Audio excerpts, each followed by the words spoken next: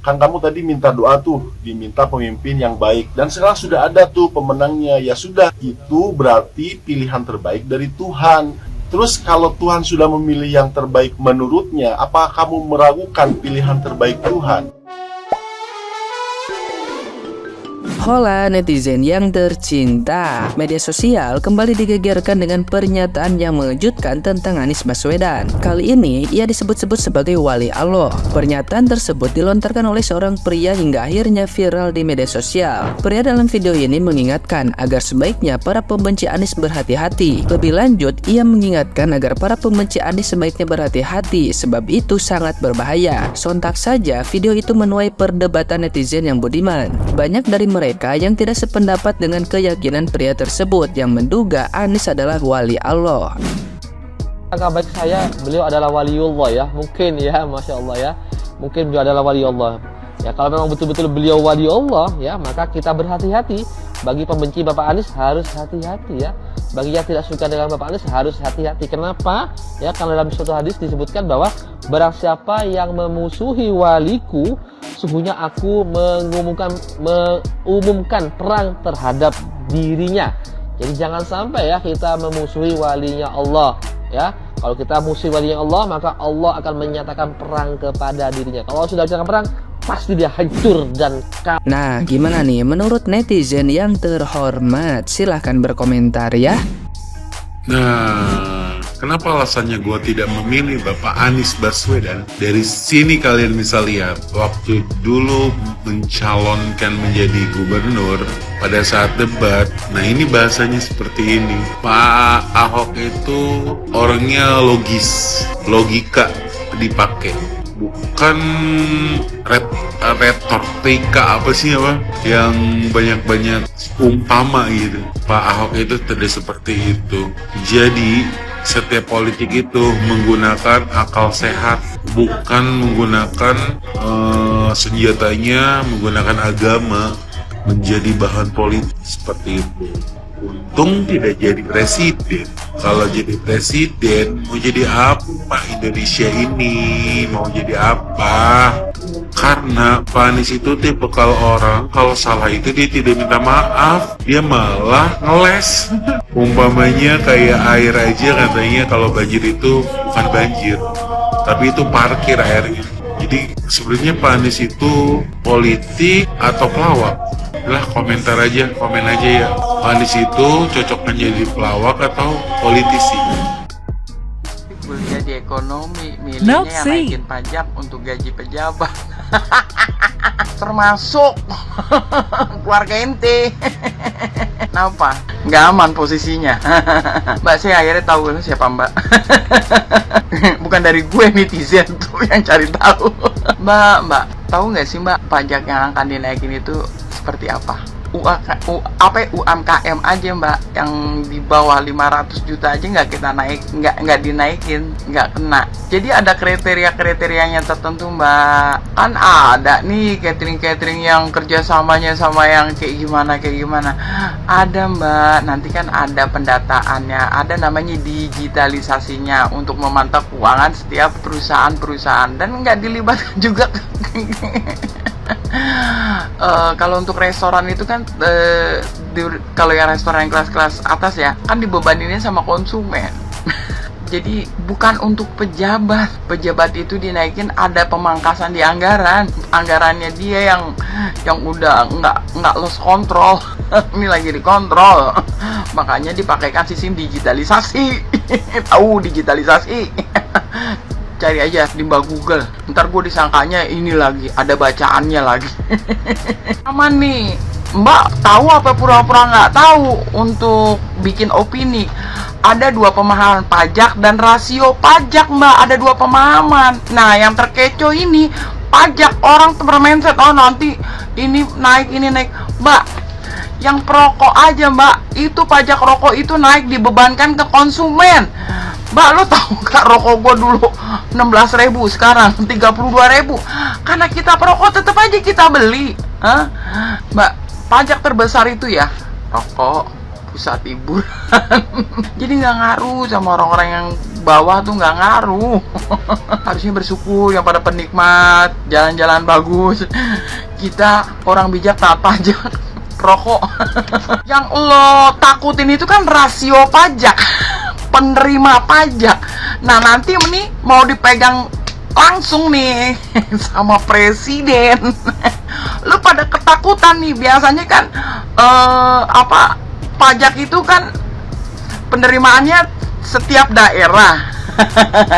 Masih bisa lu disentil sama lu pada. Nah sekarang nggak bisa nih, makanya dipakein sistem digitalisasi. Jadinya semuanya bisa melihat keluar masuknya anggaran, keluar masuknya pajak. Makanya namanya rasio pajak. Nanti digunakan digitalisasi, rakyat pun bisa melihat pajak ini berapa, ini berapa. Woi, kita nih orang bawah nih bisa nanti mengupdate pajak-pajak pemerintah.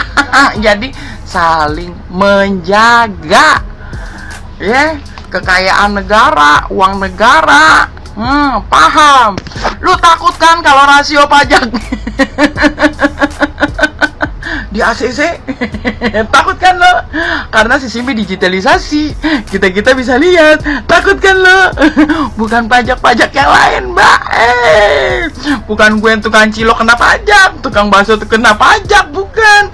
Kalau kita pendapatannya di bawah 500 nggak kena, yang kena di atas 500 ya, berarti kan orang-orang hebat.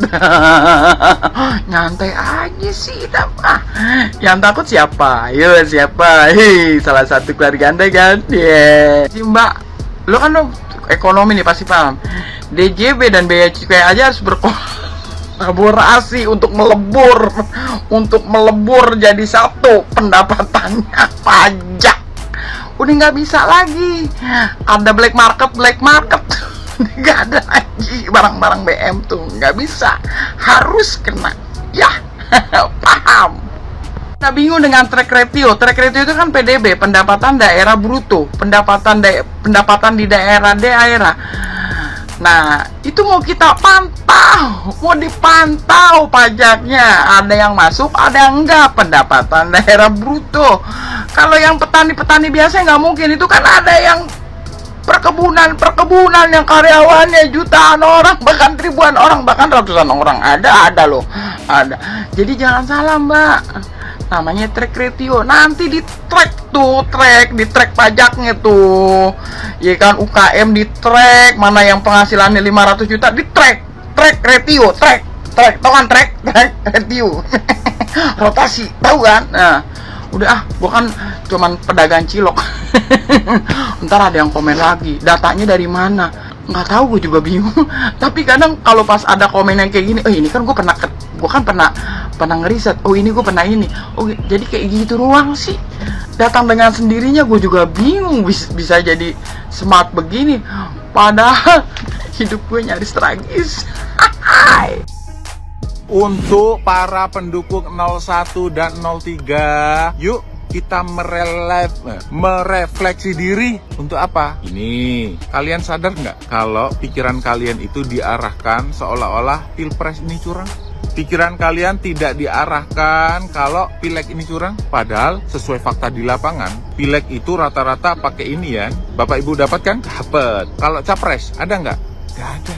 Jadi yang curang yang mana? Tahu kan? Terus, pada perhitungan suara di TPS, saat perhitungan pilpres, semua masyarakat banyak yang melihat, banyak yang merekam. Fakta loh, gimana mau menggelembungan suara? Orang banyak yang melihat, banyak saksi di situ dari semua calon, ya kan? Tapi ketika perhitungan pileg dan DPD, semua orang pada pulang karena nggak menarik. Malah itu yang menjadi kesempatan untuk menggelembungan suara, iya kan? Iya nggak? Jadi Bapak Ibu pendukung 01 dan 03, ayolah kita buka pikiran kita, buka hati kita, buka mata kita.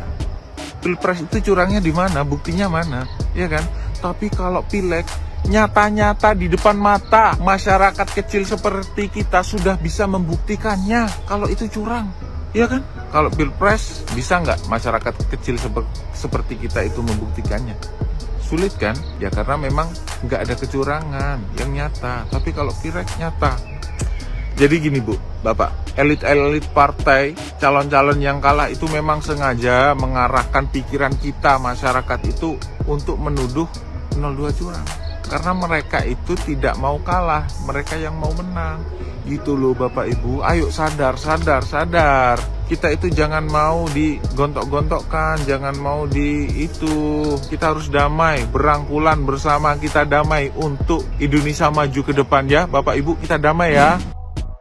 Yakin kamu pendukung 01 dan 03 sebelum pencoblosan kan berdoa. Doa bijaksananya, ya Tuhan berilah kami pemimpin yang baik. Kan begitu ya? Atau doa yang tendensiusnya kamu mungkin, ya Tuhan berikanlah kemenangan kepada calon presiden kami.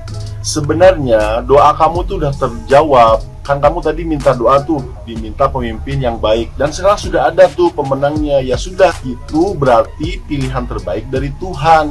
Terus kalau Tuhan sudah memilih yang terbaik menurutnya, apa kamu meragukan pilihan terbaik Tuhan? Atau yang kedua doanya, ya Tuhan beri kami kemenangan untuk jagoan saya. Lah, jagoan itu kan menurut terbaik menurutmu, versimu. Sedangkan versi Tuhan itu bukan. Lalu apakah kamu dengan sombongnya menganggap pilihan Tuhan itu salah? Versimu yang terbaik kan salah juga. Kalau mau teriak-teriak kecurangan ataupun mau cari fakta dan data ya silakan aja.